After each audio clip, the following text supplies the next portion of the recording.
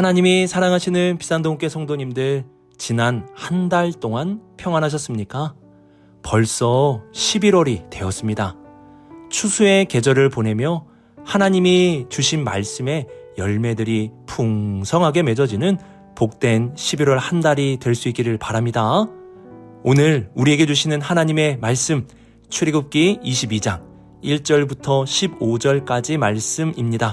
하나님의 말씀을 함께 읽겠습니다. 사람이 소나 양을 도둑질하여 잡거나 팔면 그는 소 한 마리에 소 5마리로 갚고 양 한 마리에 양 4마리로 갚을지니라. 도둑이 뚫고 들어오는 것을 보고 그를 쳐 죽이면 피 흘린 죄가 없으나 해 돋은 후에는 피 흘린 죄가 있으리라. 도둑은 반드시 배상할 것이나 배상할 것이 없으면 그 몸을 팔아 그 도둑질한 것을 배상할 것이요, 도둑질한 것이 살아 그의 손에 있으면 소나 낙이나 양을 막론하고 갑절을 배상할지니라. 사람이 밭에서나 포도원에서 짐승을 먹이다가 자기 짐승을 놓아 남의 밭에서 먹게 하면 자기 밭에 가장 좋은 것과 자기 포도원에 가장 좋은 것으로 배상할지니라. 불이 나서 가시나무에 댕겨 낫갈이나 거두지 못한 곡식이나 밭을 때우면 불놓은 자가 반드시 배상할지니라. 사람이 돈으로나 물품을 이웃에게 맡겨 지키게 하였다가 그 이웃집에서 도둑을 맞았는데 그 도둑이 잡히면 갑절을 배상할 것이요, 도둑이 잡히지 아니하면 그 집 주인이 재판장 앞에 가서 자기가 그 이웃의 물품에 손댄 여부 조사를 받을 것이며, 어떤 잃은 물건 즉 소나 낙이나 양이나 의복이나 또 다른 잃은 물건에 대하여 어떤 사람이 이르기를 이것이 그것이라 하면 양편이 재판장 앞에 나아갈 것이요, 재판장이 죄 있다 하는 자가 그 상대편에게 갑절을 배상할지니라. 사람이 낙이나 소나 양이나 다른 짐승을 이웃에게 맡겨 지키게 하였다가 죽거나 상하거나 끌려가도 본 사람이 없으면 두 사람 사이에 맡은 자가 자기 이웃의 것에 손을 대지 아니하였다고 여호와께 맹세할 것이요, 그 임자는 그대로 믿을 것이며 그 사람 배상하지 아니하려니와, 만일 자기에게서 도둑 맞았으면 그 임자에게 배상할 것이요, 만일 찢겼으면 그것을 가져다가 증언할 것이요, 그 찢긴 것에 대하여 배상하지 아니할지니라. 만일 이웃에게 빌려온 것이 그 임자가 함께 있지 아니할 때에 상하거나 죽으면 반드시 배상하려니와, 그 임자가 그것과 함께 있었으면 배상하지 아니할지니라. 만일 새낸 것이면 새로 족하니라. 아멘. 기도하겠습니다. 사랑의 하나님 아버지, 오늘도 주님의 법을 알려주심에 감사를 드립니다. 주님의 법이 우리의 삶의 향기로 나타나게 하시고 주님의 법을 천천의 은금보다 더 좋게 여기며 살아가는 우리 모두가 되게 하여 주옵소서. 이 모든 말씀 우리 주 예수 그리스도의 이름으로 기도드립니다. 아멘.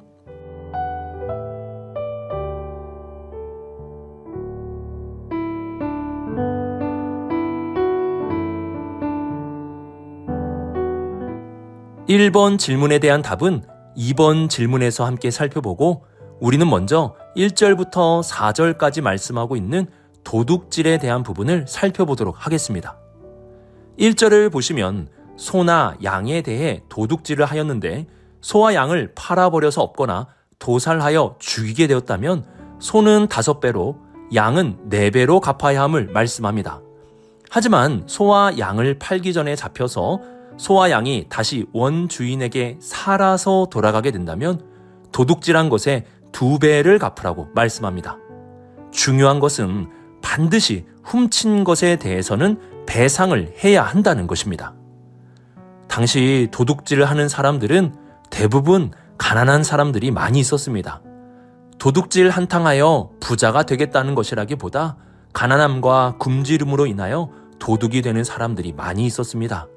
그럼에도 불구하고 하나님은 많게는 5배로 적게는 2배로 배상하라고 말씀하십니다. 만약 배상할 돈이 없으면 자신의 몸을 팔아서라도 그 도둑질한 것을 배상해야 된다고 알려주십니다. 하나님은 도둑질하는 사람에 대해 어떠한 자비를 베풀어 주시지 않으십니다. 이들이 가난한 사람이어도 하나님은 도둑질에 대해 작은 배상이 아니라 몇 배의 배상을 해야 함을 말씀하십니다. 이는 도둑질에 대한 강력한 경고의 말씀입니다. 십계명 제8계명과 같이 이웃의 것을 탐내는 도둑질을 하지 말라는 것입니다. 그리고 2절을 보시면 도둑이 뚫고 들어오는 것을 보고 그를 쳐 죽이면 피 흘린 죄가 없다고 말씀합니다. 하나님은 생명을 지키고 생명을 존중하는 것에 대해 매우 중요하게 여기시는 분이십니다. 그래서 생명 존중에 대해서는 강력한 법을 제정하셨습니다. 지금까지 우리가 그러한 법을 살펴본 거 아니겠습니까? 그런데 도둑질하는 사람에 대해서는 그 피를 갚아주지 않으시겠다고 말씀하십니다. 도둑질하면 하나님의 보호의 대상에서 벗어나게 된다는 것입니다. 왜 하나님은 도둑질에 대해 몇 배의 배상과 갚을 수 없을 때는 자비를 베푸시는 것이 아니라 몸이라도 팔아서 갚아야 함을 말씀하시고, 또한 도둑질하는 사람에 대해서 그 피를 갚아주지 않으신다고 말씀하시는 것일까요? 도둑질이라는 것은 단순하게 다른 사람의 물건을 훔치는 것만이 아니기 때문입니다. 이스라엘의 재산이라는 것은 하나님이 그들에게 나누어 주신 것입니다. 그래서 나봇의 포도원을 아합 왕과 이세벨이 빼앗았을 때 그 죄를 하나님이 강력하게 심판하셨던 것도 개인의 재산을 탈취한 것만이 아니라 그 재산을 주신 하나님의 것을 탈취한 것이기 때문이었습니다. 그래서 도둑질은 이웃의 것을 빼앗은 것임과 동시에 나누어 주신 하나님을 무시하며 하나님의 것을 훔치는 것이 되는 겁니다. 도둑질은 도덕적이며 사회적으로 죄를 짓는 것이고 하나님의 것을 탐하는 영적인 죄를 짓는 것입니다. 하나님은 다른 사람의 것을 몰래 취하는 도둑질이 아니라 내게 주신 것에 대한 만족을 배우라고 하셨고, 부족하다면 풍성하게 채워주실 하나님을 기다리며 믿으라고 말씀하셨습니다. 이러한 만족과 하나님에 대한 믿음을 가진 사람을 영적인 부자라고 말합니다.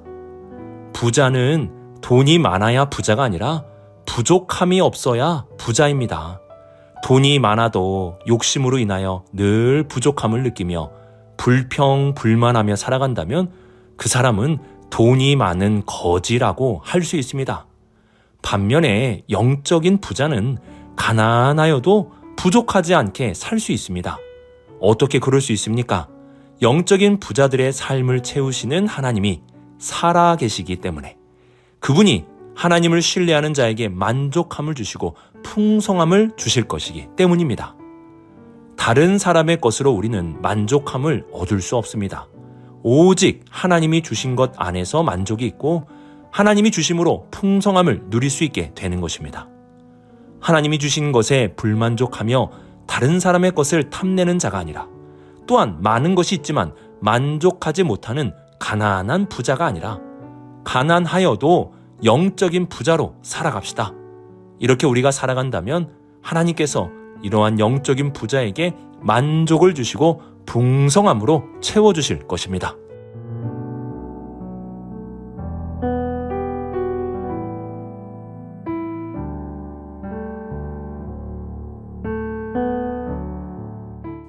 (5절과 6절) 말씀은 나의 부주의함으로 인하여 이웃에게 피해를 주었을 때 어떻게 배상해야 하는지 알려주고 있습니다. 중요한 것은 나의 부주의로 인하여 생긴 피해라면 내가 반드시 배상을 해주어야 한다는 것입니다. 내 짐승이 내가 한눈 판 사이에 이웃의 밭의 것을 먹었다면 반드시 가장 좋은 것으로 배상해야 하고, 내가 불을 피웠는데 나의 부주의함으로 인하여 그 불이 다른 이웃의 곡식이나 밭을 태우면 그만큼 반드시 배상해야 된다고 말씀합니다. 배상이라는 것은 나의 잘못을 돈으로 때우는 것이 아닙니다.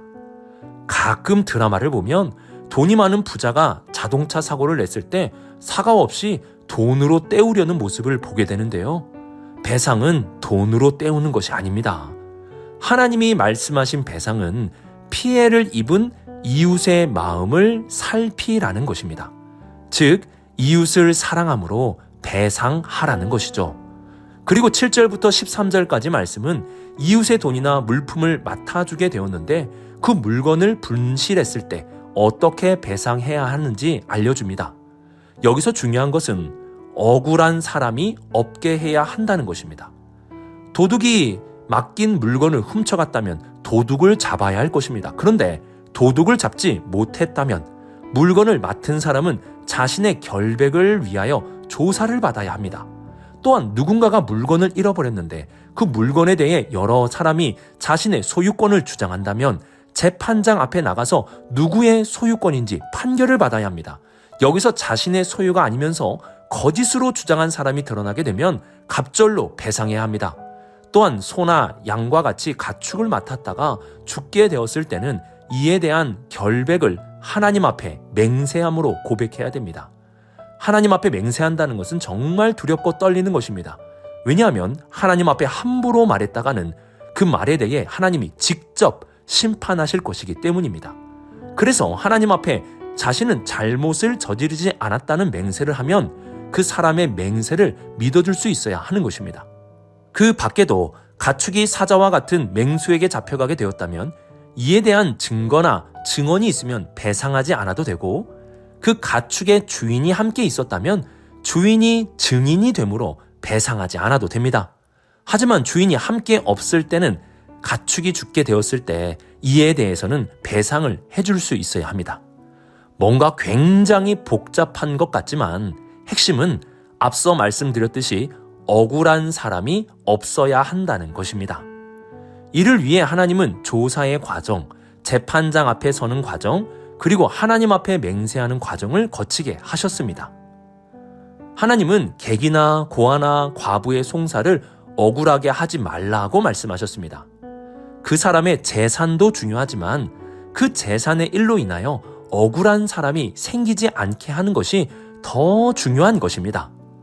하나님의 법을 이렇게 깊이 생각해 보면 사람이 얼마나 소중한 존재인지 깨닫게 됩니다. 하나님은 수억만의 재산보다 한 사람이 억울하지 않게 되는 것을 중요하게 여기시고, 한 사람이 억울함을 당하지 않는다면 그로 인하여 기뻐하시는 분이십니다.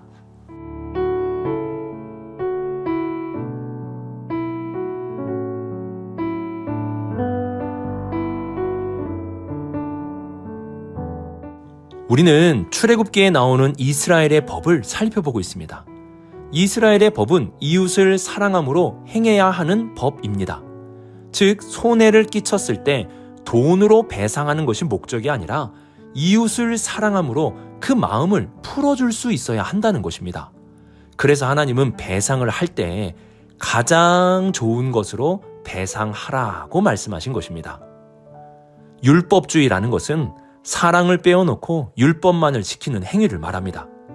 사랑이 없다면 율법을 철저하게 지켜도 울리는 꽹과리가 될 뿐입니다. 그 율법 준수는 소음을 유발하고 결국 문제를 만들 뿐입니다. 사랑함으로 율법을 지키는 것, 이것이 바로 하나님의 법입니다. 우리가 하나님 앞에 나갈 때도 동일합니다.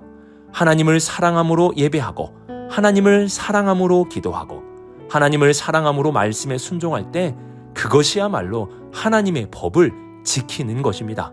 그래서 바울은 로마서 13장 10절에 이렇게 말씀하였습니다. 사랑은 이웃에게 악을 행하지 아니하나니 그러므로 사랑은 율법의 완성이니라. 사랑이야말로 율법을 완성시키는 것입니다. 우리는 어떠한 마음으로 하나님을 향해 나아가고 있습니까? 우리는 어떠한 마음으로 이웃을 대하고 있습니까? 사랑이 동기가 되어 하나님과 이웃에게 나아갈 때 우리는 하나님의 법을 지키는 자가 되었다고 말할 수 있는 것입니다. 오늘의 말씀을 묵상하며 영적인 도둑이 되지 말고 영적인 부자가 될 수 있기를 바랍니다.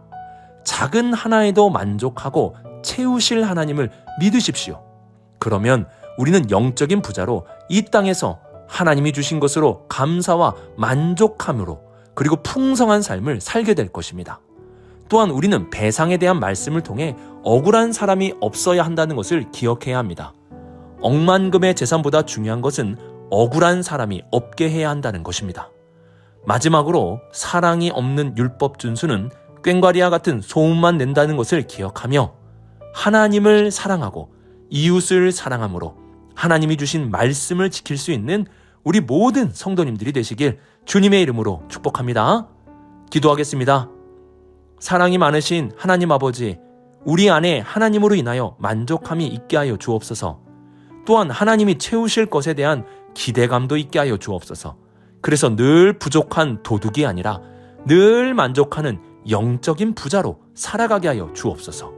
우리 주변에 돈으로 인하여 억울한 사람이 없게 하시고 내가 물질에 눈이 어두워 누군가의 억울함을 모른 채 하지 않게 하여 주옵소서. 하나님을 사랑하고 이웃을 사랑함으로 율법의 모든 것을 완성하며 살아가는 우리 비산동교회 모든 성도들 되게 하여 주옵소서. 이 모든 말씀 하나님의 아들 우리 주 예수 그리스도의 이름으로 기도드립니다. 아멘.